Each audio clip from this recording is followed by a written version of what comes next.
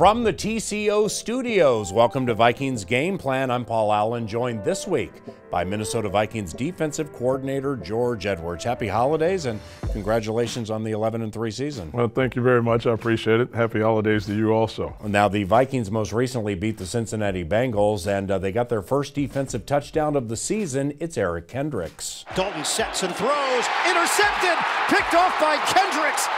Eric Kendricks looking for the angle, dives to the end zone, touchdown Vikings. What led to that? He got us into a check. We ended up playing cover 3, and Eric did a great job as he got the crosser falling back into the second window, and I don't think the quarterback saw him as he dropped the crosser and fell back. So excellent job by him understanding what we're trying to accomplish with the coverage, and ended up at the right place and making a big play, and a great job by our guys getting in front and blocking for him and escorting him to the end zone. I know you have no desire to identify, even if you have an opinion, who the defensive MVP is for your team. But seriously, with Xavier, Linval Joseph, Eric Kendricks, Harrison Smith, Everson Griffin, so on and so on, I mean, when you have players like that playing the way they're playing, it's basically impossible to identify the best of all of them, but they all complement each other so well. No doubt about it. And that's one thing, we talked about picking a player for this game, and Coach ended up giving everybody a game ball.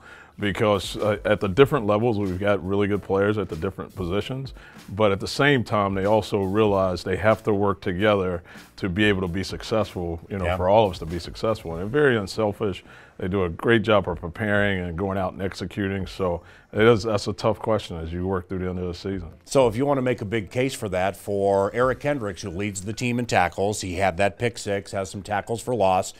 Eric needs Linval to do what he does incredibly well, to do what he does well. For Xavier to be shut down, he needs that pass rush. That's right. Harrison, run, pass, blitz, whole thing. Right. They all just feed off each other so well. They really do. They do a nice job of understanding it takes all of them to go out there to be, successful at what they need to get done each week. And that's hats off to them because they really are that way. And you can just tell it in their preparation each week. One of my favorite stories this year is Tre Waynes. Jameis on a deep drop, shoots for Deshaun Jackson, intercepted by Tre Waynes. And a good tackle is made by Tre Waynes. Tre has been really good in coverage and fantastic tackling from the cornerback spot. He really has done a nice job, and just seeing him, like you said, from the start of the season to where we are now, it is just, kudos to him. His preparation, his work ethic, and all those things are playing into it. And I think he's a lot more comfortable in what we're asking him to do. And the matchups from week to week, I know everybody knows we move Xavier around, but the one thing, knock on wood, we haven't had to do, you don't worry about the backside because he's locked down a lot of guys in man coverage on the backside and has done a tremendous job of, like you said, tackling. I mean, he'll come up and support, one of the smaller guys that we have, but does an excellent job of coming up and run supporting for us. And with that secondary, we would be remiss to not mention Terence Newman. Dalton on first down, he throws, juggled and intercepted by Newman. The former Bengal comes up with the pick.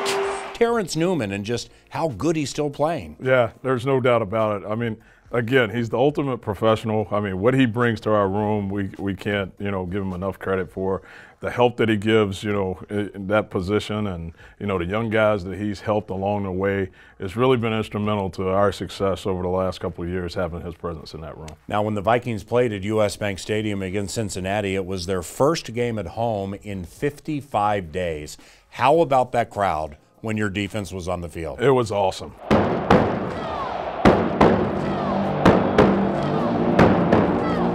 Crowd noise definitely helps us at home. There's no doubt about it. You can tell it affects the visiting team, and our guys really feed off of it and really did a nice job of being loud for us this weekend. With Green Bay, no matter the quarterback, I know you focus on the scheme. What do you think about this game at Lambeau? Some keys to slowing Green Bay. Well, I mean, the one thing that they've done a good job of throughout the course of since the last time we played them is that they're consistently running the ball now. So we've got to do a good job of making them one-dimensional and hopefully being able to get pressure on the quarterback and be able to contain their passing game.